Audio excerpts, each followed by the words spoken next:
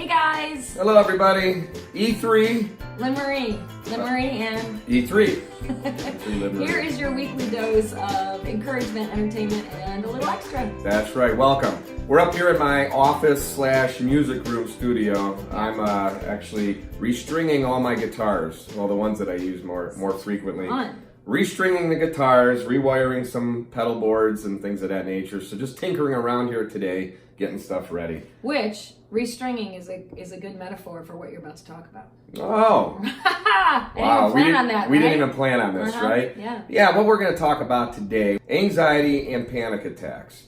Those of you that may or may not know, I suffered from severe anxiety and panic attacks in the past.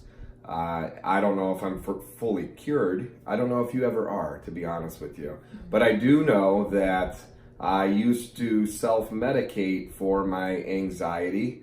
Doctor medication and then self-medication, right? And you know what? I'm going to tell you what. Come to find out, for me, Yeah. and maybe this is for somebody else, Yeah. Lynn, that the stuff that I was taking to try to get away, to get the anxiety and the panic attacks away, actually compounded them and gave me more anxiety and panic attacks afterwards. It was quite a unique situation. I'm bringing this up because there are a lot of people that have reached out to me. Let's say a few people. I don't know about a lot. Yeah. A few people have reached out to me and said that they suffer from the same. And I do truly believe that probably the majority of people out there do suffer in some form or another, whether they want to admit it or not, or acknowledge it or not, that they are suffering from some sort of anxiety or panic attack. Now, one's going to say, well, give me the definition of just being nervous versus anxiety. And we don't want right? to make little of people who have a problem with it at all. We're just using your experience Absolutely. of what you would have called a panic attack or anxiety, and it's going to be, everybody's definition is going to be different. Yeah. Let me give you the first one that I knew that I was having an anxiety attack. I was hired to do a job with another band. I was back home when I was living in Cleveland, and this was years ago. I want to say, wow, it could have been probably 15, 18 years ago, something like that. I was hired to do a job with another band, and don't really remember anything leading up to the fact, other than that I had all my equipment packed up in the car. I was getting on the highway onto the freeway, and I completely lost control of my body, so to speak. I felt like I was having a heart attack. My chest was hurting. My legs got very numb and tingly, and I just got to a panic state where I couldn't drive the car anymore. I had to pull over. I got nauseous, and I did. I ended up pulling over into a rest area. Again, having all my limbs actually just tingly and numb. Felt sick. I thought I was having a heart attack, and I actually ended up missing the job. I had to call, and I felt very sad and unfortunate about that because I really didn't at that time miss jobs, and I didn't know what it was. And when I went to a doctor and I went talking with people, and after more investigation, found out that it was actually an anxiety or panic attack, and that was the first one I remember. There were many more after that that happened. And what I started to do was I started to medicate those anxiety and panic attacks. Or let's say this, I used to do things to try to prevent them from happening. And in my case, that was either taking pills or medication to do so, or in also my case, it was actually drinking. Because if I drank enough, I wouldn't worry about a panic or anxiety attack anymore, right? You don't worry about anything. But then the problem was, for me, then I started to abuse whatever I was doing. So then in turn, the next anxiety or panic attack I'd have would be more intense. And then what would happen, they'd become more frequent. So one anxiety or panic attack once every several months turned into once a month, turned into once every couple of weeks. Then it was almost started turning into once weekly. So it just continued to snowball. So we'll maybe talk about this more in depth as we go along as to what I did, but I want to go to present day. Present day, and here's something that's rather amazing. I have not had an anxiety or a panic attack in over a year. Yeah, about a year and a couple months. I do not take any medication. I do not drink anymore. And I do not have panic attacks. I used to have to take pills to get on an airplane. Now, everyone says, Yeah, people get nervous flying. Yeah, absolutely. And we do. I still do. I'm talking specifically about myself. I could not get on a plane unless I took a couple pills and I had a couple drinks before I got on, or I'd have an anxiety panic attack. And now I could get on an airplane with nothing in me whatsoever. And here's the thing, if I do feel anxiety coming on or a little bit panicky, now the only thing I use is my mind. Yeah, and I think that's the point. You just went to Chicago a couple weeks ago, and it was the first time that he was flying alone without me there in a while. And I think the only reason is sometimes you need that support. So when we would fly together, he would say, you know, I'm feeling really anxious, and I would talk through with him, like, okay, well, what is the worst that's going to happen? What can you do about it? You know, whatever. And this was the first time that you went somewhere alone. And you texted, and you were I'm like, a big boy now. Yay! He texted, and he's like, oh, I'm feeling really nauseous and anxious. And I just said, think about who's saying that to you. Who's telling you that this is a problem? You have to become the watcher of your thoughts, because the anxiety, I believe, really starts in the thought. And you can snowball really quickly if you start thinking, oh my gosh, I can't get out of this plane, I don't want to get on it, or whatever it is for you. So stop it as soon as the thought starts. Right, absolutely. All about thoughts. You're absolutely right. And you know, you know that it's all mind, or most of it's all mind control. Absolutely. You know. So I did. You do what you need to do to either talk yourself through it. The biggest thing is acknowledge it. Don't hide it. I'm feeling sick right now. Okay, I acknowledge it. I'm feeling sick. And now I think about, well, what's the worst that can happen? If I got sick, literally sick, you know, I'll say, you know, whatever. Well, what happens with that, right? I used to get anxiety and panic attacks going to band jobs. And you know, some of you may know that I started to miss a lot more band jobs, or not even take band jobs, because of my anxiety and panic and self-induced anxiety, let's say that too. And I started to get nervous. One thing I used to think about, it's like, what happens if I get up on stage and I have a panic attack and I have to run off? Oh, I can't do that. Oh no, I'd rather not just play. So then I started getting to a point where, well, wait a minute. What happens if I do have an anxiety or panic attack on stage? I'll just get off. I'll walk off the stage. What's going to happen? Nothing. Nothing is going to happen, and I could get back up on that stage. And never happened. No. You know, half of it's in your thoughts. Absolutely. And I think that's the one thing that we'll stress before we say goodbye, is that if you keep medicating them, then you never get to really heal them. We talked last week, I think it was, about healing the anger, or the things that you have been raised with that frustrate you. You know, understanding it is one thing, but healing it is a different. And I think without masking the anxiety and the panic attacks, you have an opportunity to start to heal it. Yeah. Please, I'm going to end with this. Please, I am not in any way, shape, or form stating the fact that people who need medication for anxiety, PTSD, depression, that it's a bad thing. I don't think medication is a bad thing at all. And if your doctor has prescribed it, please take it. Yeah, and take it the way the doctor prescribes. Let me put this disclaimer in that I should have put in before. I was not taking stuff as prescribed, okay, and I started to abuse it. So that's I should have said that up front, because I don't want anybody to think that I'm thinking that medication is not a good thing. Oh no, it's a great thing. Yeah, if you think you're abusing it though, or in some cases if you think you don't need it, let's take a look at it and say, well, maybe I could handle this without. But hey, this is just a story from me to help maybe 1-2 people out that may be having some anxiety or panic episodes. That for anything else, just know this: there's someone out there that has it too. That's it. All right, another weekend in the books. Hey everybody, for this week's entertainment piece, as you may know, tonight is the Grammys that will be airing on TV. And if you don't know, Lynn Marie is a 5-time Grammy-nominated artist. So in honor of her nominations of the Grammys, what we're going to share with you this week for the entertainment piece is the video segment that we used for the induction into the Polka Hall of Fame. So I hope you guys enjoy. Lynn Marie was born in Maple Heights, Ohio in 1965, the daughter of Ludwig and Lillian Roback.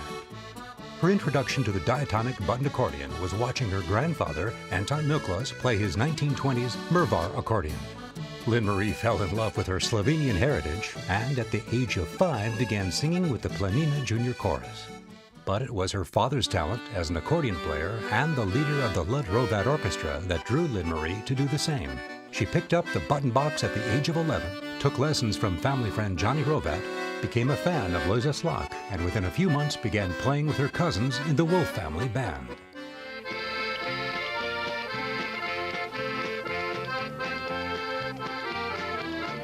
She was part of the resurgence of the button accordion in the mid-1970s and became a regular at button box contests around the Cleveland area.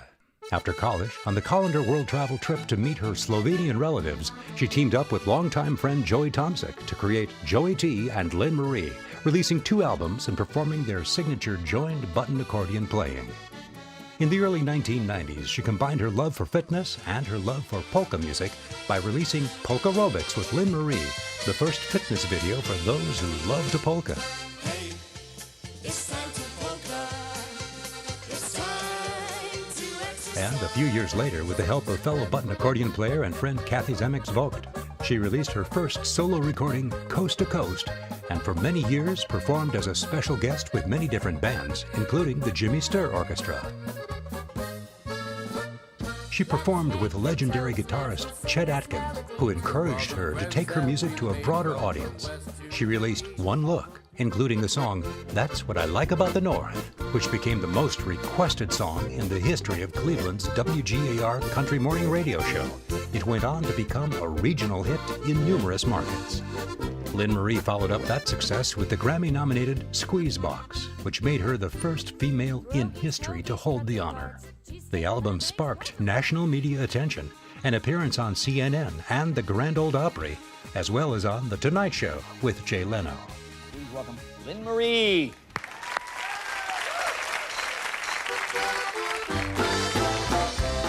Lynn Marie would go on to release 6 more albums, 4 of them Grammy-nominated.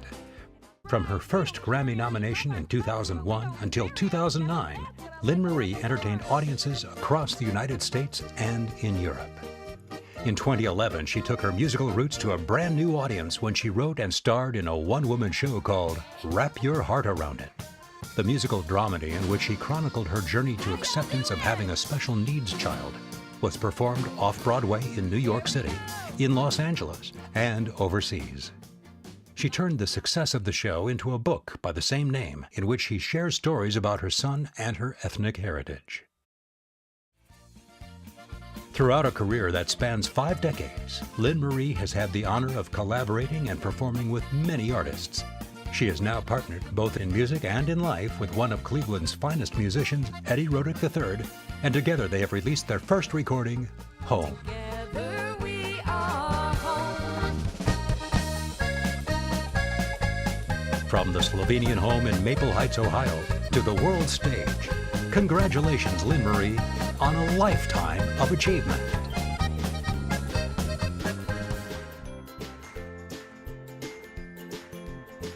Hey guys, this is a total impromptu cooking segment this morning. I'm home, it's Saturday morning, I was just about to go for a little walk, which is why I'm all done up like this, and Eddie's upstairs working, James is on his way in with his iPad. James, you want to come say good morning? And I was like, you know what, I should really make Eddie breakfast. You want to say good morning? Say hi! Ooh, say happy Saturday! Yeah, are you watching Dora? No. No, are you watching Dora? No. Anyways, it's just a breakfast presentation of scrambled eggs. And the greatest thing is you can go in your kitchen and you can find whatever you have. So I had leftover steak from the other night. Eddie made steak and I just decided to use that. And you can use some cheddar cheese. Say good morning again. Oh, wow. Hey, yeah, Mommy is going to make some scrambled eggs. Okay? Yeah. Would you like some eggs? Yeah. Yeah, but the best thing about these scrambled eggs is I'm going to wrap them in a crescent roll and you're going to put them on your table and it's going to look so like you spent so much time on it for your guest. I know. And people are going to go, oh my gosh, that looks so great. So let's get cooking, okay? Yeah. I'll just scramble some eggs with the steak and you can leave them a little wet because they're going to bake some more. And then I took 2 things of crescent rolls. I greased the pan, I laid them out, and then I pushed it so all the creases came together, you know, pretty much. You're gonna lay your eggs in the middle, and then I cut slits on the sides, if you can see, like this, because I will show you once I get my eggs in there. Oops, that one didn't cut all the way through, but I'll show you once I get my eggs in there what comes next. So I laid my eggs down the middle of the crescent rolls. I sprinkled it with some cheese, some salt and pepper. And like I said, this is great because you can put any leftovers you have. You can put vegetables. You can put asparagus and Swiss works great, or layers of ham, whatever combination you want. So what I'm going to do now is I'm going to take a piece of crescent roll from this side. It's hard to do with one hand. And a piece of crescent roll from this side. And all you're going to do is twist it together like that. And I'm going to do that all the way down. Okay, and here's what it looks like after I pulled up all the ends. You can brush it with an egg wash if you want. And we're going to place it in the oven and cook it according to the directions on the crescent rolls. I think it's 20 minutes at 350. While that's in the oven, while James's Elmo is blaring over there, I just wanted to tell you that you're calling Eddie? I just wanted to tell you that the greatest thing about this breakfast is that you can turn it into any kind of like style. So for instance, if you did like this steak and cheese, I could easily do like a Mexican, where at the end when I serve it, which you'll see, you could serve it with salsa and sour cream. Or like I said, you could do ham and asparagus and serve it with some creme fraiche or something like that. You can do whatever you feel like or whatever you have left. Hi! You want to say hi again? Are you calling for Eddie? All right, I just took it out of the oven and there it is. Yummo, yummo. And now I'm going to transfer it to my plate. If you've never gotten these, I think I got them at Pampered Chef or somewhere. They are the bomb, and they're going to allow me to pick this up and put it right there on my plate. Just like look at that. And now I'm going to cut it in slices, and I'm going to go upstairs and surprise Eddie. He's going to kill me. Honey? Yeah.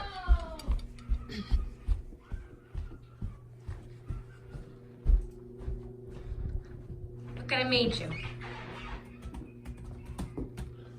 Holy cow. And you're on video. Oh, really? Yeah, because I just did I whipped this up for them. Well, that's awesome. Yeah. That's great.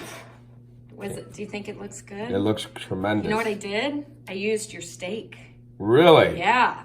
So I was cleaning out the fridge this morning, and I was like, that steak was awesome. We need to make it. Mm-hmm. Pretty good? That was a great idea. Okay, good. Very good. All right, I'll let you work. Okay. Bye. Oh boy, this office looks messy from this perspective.